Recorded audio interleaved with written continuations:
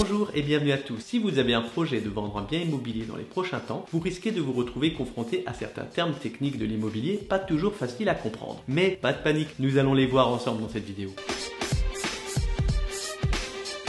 L'avis de valeur est un synonyme de l'estimation immobilière. Tous deux consistent à vous donner une indication sur la valeur de votre logement à un instant T, suivant l'évolution du marché immobilier. J'ai bien dit une indication, car le prix de vente, c'est vous qui le fixez librement. Le mandat de vente est l'accord écrit que vous donnez à une agence immobilière pour vous représenter dans la vente de votre bien. Avec ce mandat, vous donnez à l'agence la possibilité de communiquer sur votre logement sur les différents supports qu'elle propose, d'en parler à ses clients et de réaliser les visites. Et il en existe trois, le mandat exclusif, le mandat simple et le mandat semi-exclusif. Ce dernier porte parfois d'autres noms. Avec le mandat exclusif, vous déléguez la totalité de la vente à une seule et même agence et vous vous interdisez de faire appel à une autre agence ou de le vendre par vous-même, faute de quoi vous devrez payer sa commission à l'agence. Le mandat semi-exclusif se comporte comme un mandat exclusif, à la différence que vous avez la possibilité de le vendre par vous-même. À ce moment-là, il n'y a qu'une partie de la commission qui est due, voire pas de commission du tout. Le mandat simple vous laisse la liberté de le vendre par vous-même ou de faire appel à plusieurs agences. Quel que soit le mandat, ils ont une durée de validité de 12 à 24 mois. Les 3 premiers mois sont incompressibles. Passé ce délai, vous avez la liberté de le résilier à n'importe quel moment et ce, sans aller jusqu'à son terme. Sans la signature d'un mandat, aucune agence n'est autorisée à communiquer sur votre bien ni à en faire les visites, pas même à en parler de vive voix. À l'exception des mandats de recherche où la signature de ce document est faite par l'acheteur qui a délégué à un agent immobilier ses recherches et qui agit en son nom. Le mandat n'est pas un document obligatoire pour une vente. Vous pouvez vendre sans faire appel à une agence et dans ce cas, il n'y a pas l'obligation de signer un mandat.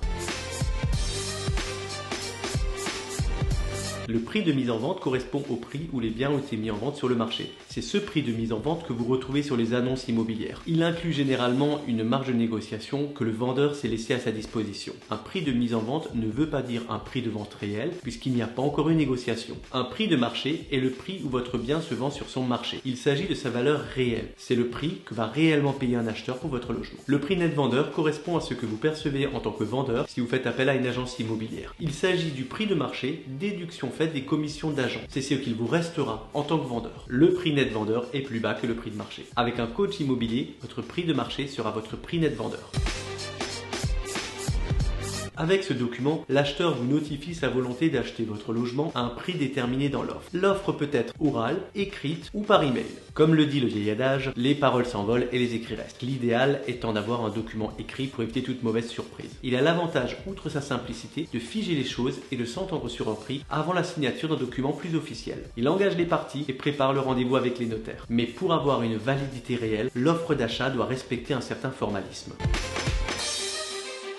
On entend souvent parler de compromis de vente ou de promesse de vente. Mais attention, il ne s'agit pas de synonymes. Avec la promesse de vente, le propriétaire s'engage auprès de l'acheteur à lui vendre son bien à un prix déterminé. Il lui offre ainsi une option d'achat en exclusivité sur une durée limitée. Durant cette période, il lui est interdit de renoncer à la vente ou de proposer son bien à un autre acquéreur. Le candidat acheteur bénéficie lui de la promesse pour décider s'il souhaite acheter ou non. Seul le vendeur s'engage à vendre son bien à cet acheteur. L'acquéreur est libre lui de renoncer à l'achat. Dans le compromis de vente, l'acheteur et le vendeur s'engagent l'un comme l'autre à conclure la vente à un prix déterminé en commun. Juridiquement, le compromis vaut donc vente. Un compromis est donc un engagement du vendeur et de l'acheteur. Ce document se signe généralement et pour plus de sécurité chez un notaire, mais vous pouvez également le signer sous seing privé avec un agent immobilier. Le compromis, aussi appelé avant-contrat, permet de figer l'objet et le prix. En résumé, par ce document, le vendeur s'engage à vendre à un acheteur identifié un bien défini à un prix figé. Le vendeur est engagé dès la signature du compromis, l'acheteur bénéficie lui d'un délai de rétractation.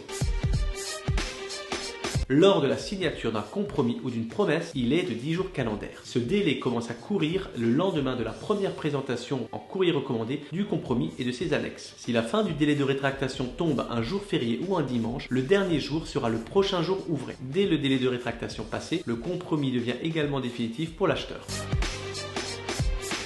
Elles sont généralement au nombre de deux, l'accord de financement et le délai de préemption. L'accord de financement de l'acheteur est une protection pour ce dernier dans le sens où, s'il n'obtient pas son financement, il peut être libéré de son engagement d'achat même si le délai de rétractation est passé. Dans certains cas, une commune peut faire valoir son droit de préemption. Elle a en général 2 mois à compter de la réception de la DIA envoyée par le notaire pour faire connaître sa réponse. Dans le cas où la commune préempte, elle devient prioritaire sur l'achat et le compromis devient bien évidemment caduc.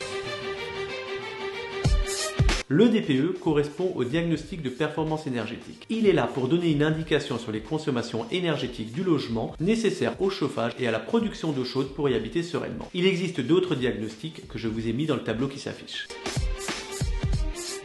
Le jour de l'acte authentique signe le transfert de propriété. C'est à ce jour, après avoir signé ce document, que vous n'êtes plus propriétaire devant la loi. C'est également ce jour que vous remettez vos clés et tout ce qui a trait au logement. Et les acquéreurs deviennent les nouveaux propriétaires. C'est ce jour-là que les acheteurs payent le prix de vente au notaire. Mais vous devrez encore attendre quelques jours avant de percevoir les fonds, car le notaire doit s'assurer que toutes les dettes liées au logement sont éteintes. Voilà, j'espère avoir pu vous éclairer sur ce lexique un peu compliqué de la vente immobilière. Maintenant, pour aller plus loin, je vous offre en cadeau le guide sur les erreurs les plus fréquemment rencontrées lors d'une vente immobilière. Téléchargez-le gratuitement en suivant le lien dans les descriptions. À bientôt, au revoir.